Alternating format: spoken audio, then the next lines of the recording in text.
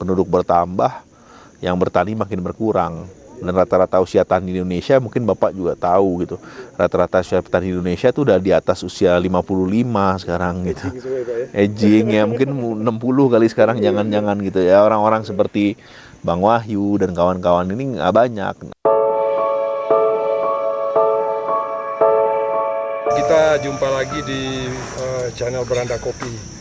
Jadi saya kedatangan tamu 2 orang IPB ini yang memang mau menyerahkan dirinya untuk memang di jurusannya. Kalau dulu teman-teman saya banyak yang Institut Pertanian Perbankan Bogor.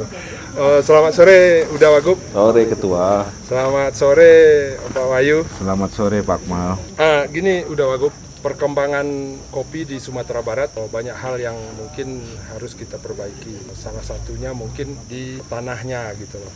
Kalau menurut Pak Wagub saat ini karena sudah dieksploitasi banyak petani, baiknya bagaimana kalau menurut Pak Wagub? Kopi ya, kalau sekarang mungkin kualitas kopi Sumatera Barat udah cukup bagus ya Pak Akmal, udah cukup bagus. Cuman yang sekarang kurang ini ya continuity, quantity dan continuity-nya. Karena mungkin masih terbatasnya petani kopi di Sumatera Barat. Kalau lahan saya rasa masih cukup luas, potensi masih cukup luas, dan mungkin produktivitas kopi di Sumatera Barat per hektarnya juga mungkin lebih baik dibanding mungkin di Aceh, Sumatera Utara nih, Bang Wahyu mungkin lebih banyak tahu. Yang kurang itu ya mungkin petaninya. Petaninya sama, kalau penikmatnya juga banyak ya. Petaninya sama ya tadi, quantity dan continuity dari kopinya sendiri. Kalau di Sumbar sendiri gimana Ibu? Ya. Tanah di Sumbar sendiri, pengalaman Wahyu. Ya, kalau tanah di Sumbar sendiri sejauh ini kami melihat begini, Pak Wagub. Pertama, struktur tanah di dalam pertanian ini tergantung kepada proses pengolahan. Sejauh ini di Sumbar, awalnya sekali tanah kita ini di sini untuk digunakan lahan pertanian sangat subur, sangat cocok untuk pertanian. Problemnya adalah perlakuan pertanian yang tidak melakukan regenerasi tanah. Itu menjadi problem utama. Jadi ketika kita bertani, ya di dalam usaha tani juga kan dianjurkan seperti itu. Habis tanam cabai ya jangan tanam cabai lagi, harusnya tanam umbi-umbian, supaya terjadi regenerasi tanah yang menyebabkan biologi tanahnya terjadi gitu.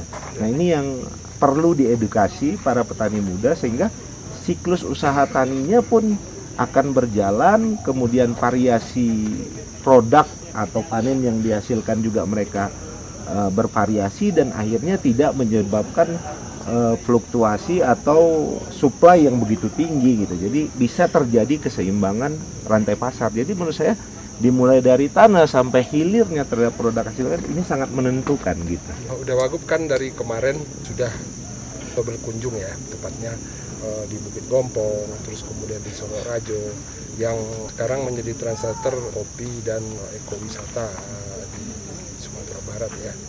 Dari anak muda, apa sih yang didapat Pak ketika 2 sampel ini telah dikunjungin gitu? Ini 2 sampel ini 2 sampel yang ada intervensi dari pemerintah juga. Mereka memulai sendiri masing-masing, ya kan? Ini contoh.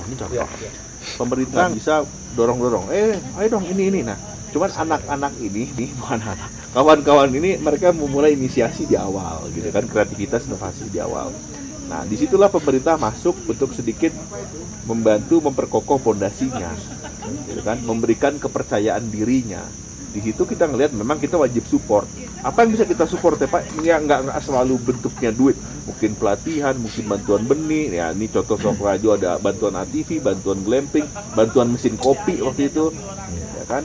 Nah, paling nggak mereka kawan-kawan ini hanya butuh sedikit perhatian aja. Oh, pemerintah hadir. Oh, mau bantuin beliin mesin kopi waktu itu. Oh, mau beliin glamping. Mereka pasti akan terpacu dengan sendirinya.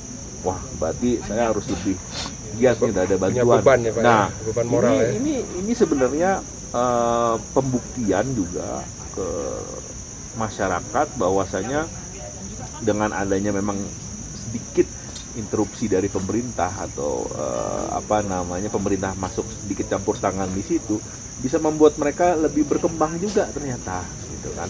Nah inilah salah satu bentuk kolaborasi, dan hal-hal kayak gini sebenarnya pemuda-pemudi di Sumatera Barat bisa juga mencontoh, bisa jadi lesson to learn lah 2 titik ini, karena memang 2 titik ini 2 titik yang saya bilang berhasil lah ya mendevelop dirinya gitu, dan juga mendevelop komunitinya, bukan hanya dirinya para orang-orang terlibat intinya, tapi juga komunitas masyarakat sekelilingnya itu juga bisa terdevelop. Nah, terdevelop ini dalam arti ya meningkatkan ekonomi masyarakat sekitarnya juga.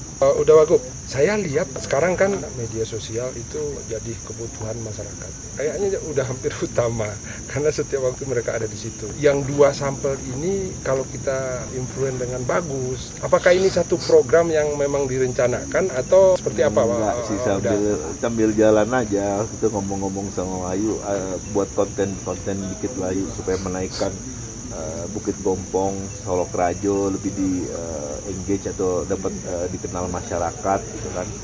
Ya itu juga sulit dilakukan secara instan sih Pak, tetap ada prosesnya gitu kan, supaya masyarakat lebih tahu. Kadang kalau pemerintah ngomong di masyarakat, saya punya loh petani milenial, kadang nggak percaya gitu kan, wah bohong, ini gimmick politik aja, padahal nggak ada di situnya, nggak ada. Jadi memang ada petani milenial, bukan hanya Wahyu Adi yang terlibat di kopi, terus banyak juga di bidang-bidang lainnya di luar kopi ya, multikultur, perikanan, ternakan, kehutanan sosial, ya, perikanan tangkap, darat, laut juga ada.